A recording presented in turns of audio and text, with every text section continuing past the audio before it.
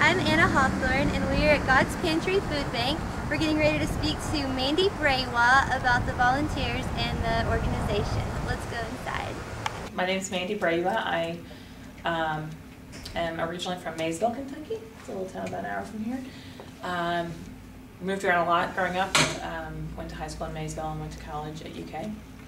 I have been at God's Pantry as the External Relations Coordinator for almost 4 years now. I spent about 5 years working full-time at the university after I graduated, and then started here in May of 2006. I was traveling a lot with my past job and was really on the road and working long hours. Always kind of had in my back of my mind that I wasn't going to do that forever and wanted to work in a nonprofit. So I just started keeping my eyes open and looking for jobs that I thought sort of fit my desires. God's Pantry's always had a really good reputation in the community. I'd been in Lexington for about 9 years when I made the move over here, so I'd always heard great things about this organization. And then, so I applied for a job that they had open, and then after meeting with our CEO, I wanted to work here even more because she's a fantastic woman. So that was sort of I was interested because it was a good, solid nonprofit, but after meeting her, I was convinced that I needed to work here. Okay. We have about 5,000 volunteers every year, and they do a variety of different things for us. Anything from, we have regular volunteers that work once a week answering phones and taking referrals for clients to receive food boxes. We have one-time volunteers that will come in and do office work, community service requirements. We have warehouse volunteers as our primary use of volunteers. About 3 to 5 times a week, we'll have groups from varying places, businesses, churches, youth groups, school groups, and they'll come in, and all of the food that gets donated in Lexington and Fayette County stays right here and goes into our pantry system here in Fayette County. And so they'll sort and box all that food up, do a little quality control, make sure we're not putting severely dented or grossly outdated food into the pantries. We also have about 300 volunteers that work in our pantries in Fayette County. Those people, a lot of them have been doing it for 15 years since they retired from their real career, and I've sort of made it a volunteer career. So we have 6 pantries in Lexington, and those are staffed entirely by volunteers. How has working here changed the way you think about volunteering and communities? I think it's made me more aware of how many needs there are out there, and not just working here, but networking with other nonprofits. Mm-hmm. Finding out, first of all, there's a volunteer job for anyone with any skills. I mean, someone can use your help, and there's volunteer jobs for people with no skills. I mean, I think anyone can be a volunteer in some capacity. We have kids as young as 5 come on our family nights, and they really, start to learn, what it means to give back. It also made me more aware of how the world is changing. When I was in high school, there was no requirement to volunteer. Now it seems like every school has some minimum requirement per semester for their kids to complete community service, which I think is a great thing. I think all in all, I was working in a job with crazy hours and I had no time to volunteer. Now I've realized there are opportunities out there even for the busiest person to do things on their own time. So it's just important for people to get involved in any way that they can. Oh, I've learned a lot from working here. I've learned a lot about the nonprofit world, just how many nonprofits are out there and what the work that they're doing. I've learned a lot about food banking. That's something I knew nothing about before. I was shocked and surprised when I came out here for my interview just at how large this organization was and the scope of the work they're doing. I've learned about how much goes into making something like this happen, and certainly it can't be done by 35 staff people. We heavily rely on volunteers. The importance of maintaining a good reputation in the community. I say as a PR person, I don't want to cry wolf, because one day there will be a time when our donations are down or our shelves are bare, and when we say that, we want people to believe us.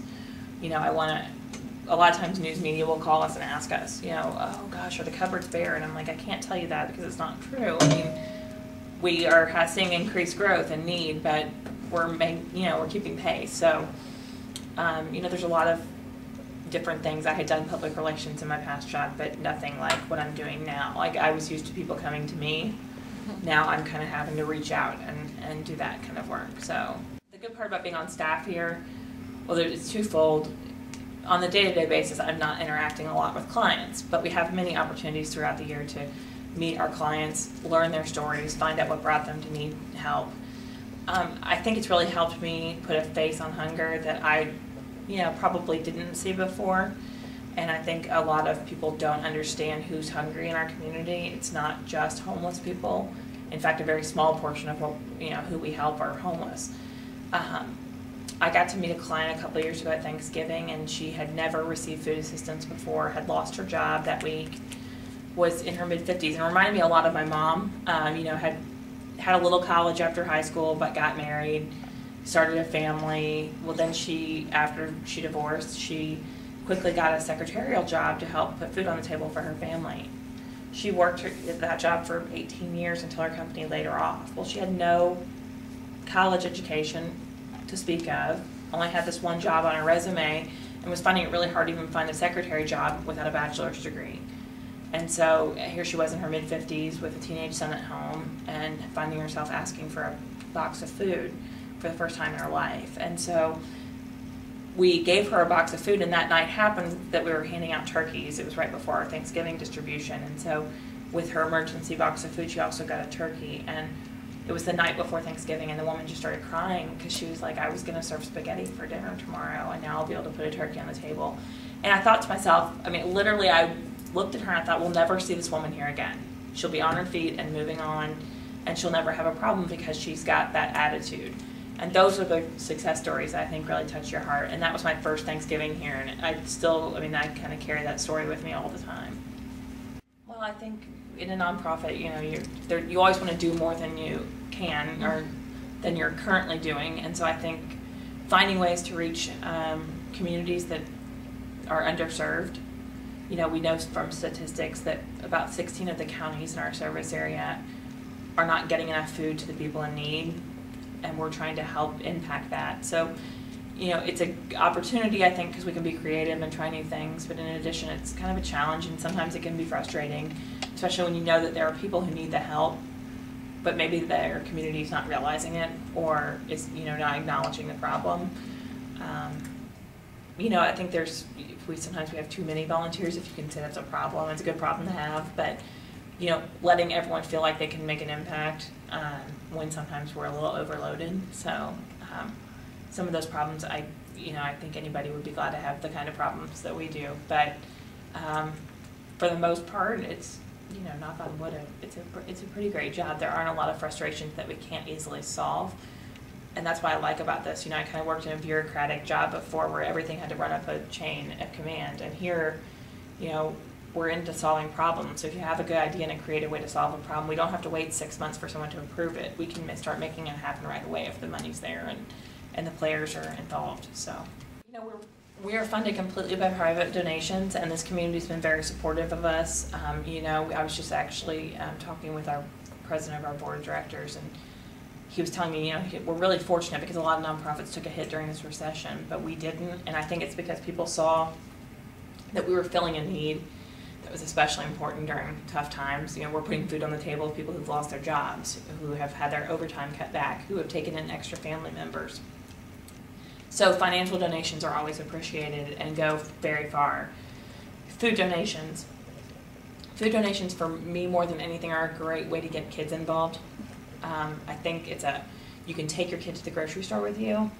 You can help them to pick things out, nutritious foods. We had a little boy who really wanted to make a donation to one of our pantries, and he'd been working at school on learning about the rainbow of food and all the different colors of food that are out there that are healthy. And so he went to the grocery and made his own rainbow of food and donated it to the food pantry. So I think there's a lot of great ways that you can, those food donations, if it's teaching a kid something, they mean as much to us as a financial donation, because it's getting them engaged and it's making them understand that there are those less fortunate than them. but people can advocate for programs that help those less fortunate. You know, we operate 2 major federal commodity programs here that are funded by the Farm Bill. We just went through funding, I guess it was about 1.5 years ago, which really helped that program a lot, and we had a lot of great supporters that were making calls to Washington for us. You know, just talking about word of mouth, you know, spreading the mission is important. Volunteering, you know, everyone, like I said earlier, has something they can give and bring to the table, and whether it's your time, your talent, your treasure, those are all important things. Okay. Well, thank you very No much problem. for your Thank you. time. I really appreciate it. No, it's not.